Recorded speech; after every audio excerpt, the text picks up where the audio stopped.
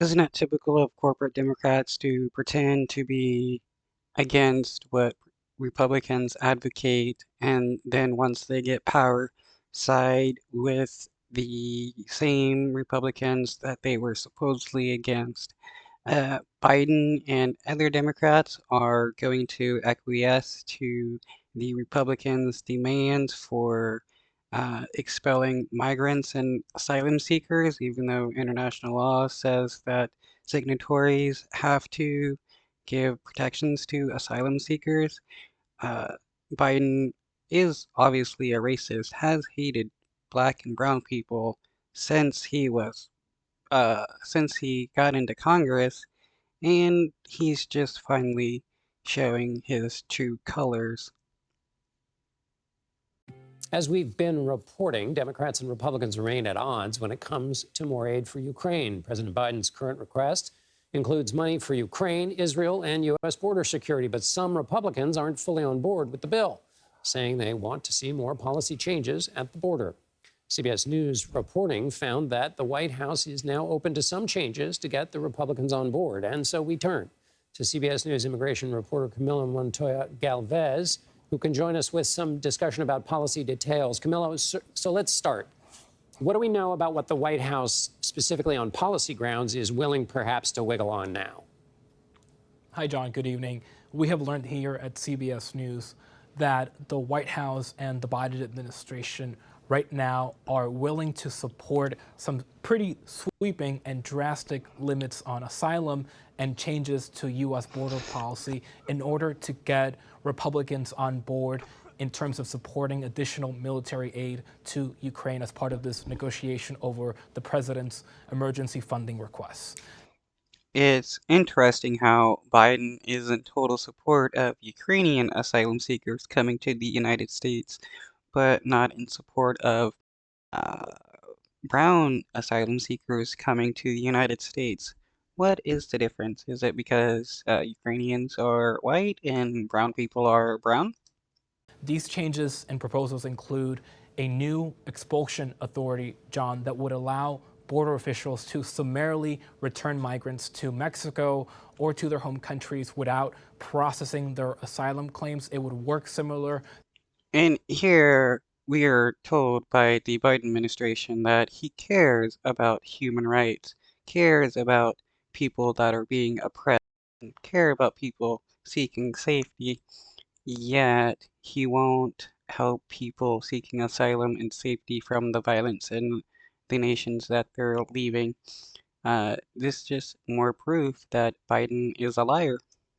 To that Title 42 pandemic policy that ended in the spring of this year, but it would be implemented without a connected public health justification, John. There's this other proposal that the administration is entertaining that would mandate the detention of those migrants who would be allowed to seek asylum.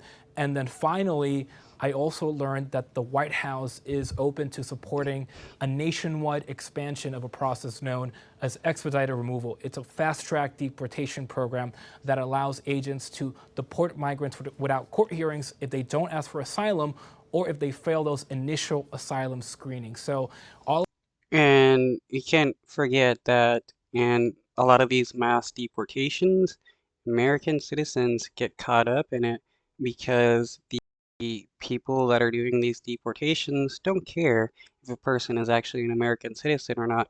The only thing they care about is if a person is brown and removing them as fast as possible. Biden is truly a piece of shit. all of this represents a pretty extraordinary reversal in policy by the Biden administration.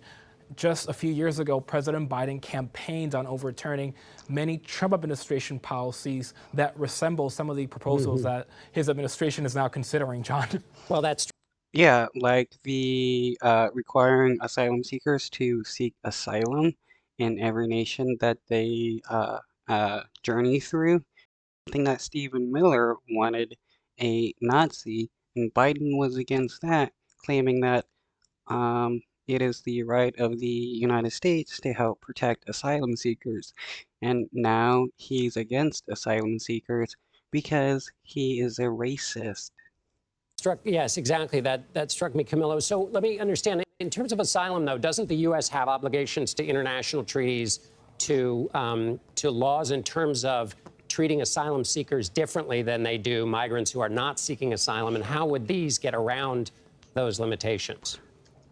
Yeah, the United States is a UN signatory on the protections of asylum seekers. They're required to process people requesting asylum to see if they have a legitimate case for asylum and then give them protections. What the United States is doing is a violation of UN laws as well as international laws, as well as their own domestic laws. Right. Under U.S. and international refugee law, the U.S. has a legal obligation, John, to hear the claims of people who are on American soil and who request humanitarian protection, regardless of whether they cross into the country illegally. That, from what I Yeah, because asylum laws say that people seeking asylum can enter into a country in any means, and the government has to process their claim. understand will not change, but the administration is open to creating a new authority that would allow the Department of Homeland Security to effectively suspend the U.S. asylum law when a certain threshold is met in terms of illegal crossings. And so that obligation would be suspended when there is a spike in border crossings, from what I was told based on these conversations, John. So again, it is You know, if a bunch of Ukrainians wanted to come to the United States again, Biden would be opening his arms to any asylum seeker from Ukraine because he supports the Ukrainian people but doesn't support any brown person that is seeking asylum because, again, Biden is a big time racist. He's a Zionist fascist. a sweeping change, very similar to Title 42, a policy that was enacted by the Trump administration at the outset of the pandemic.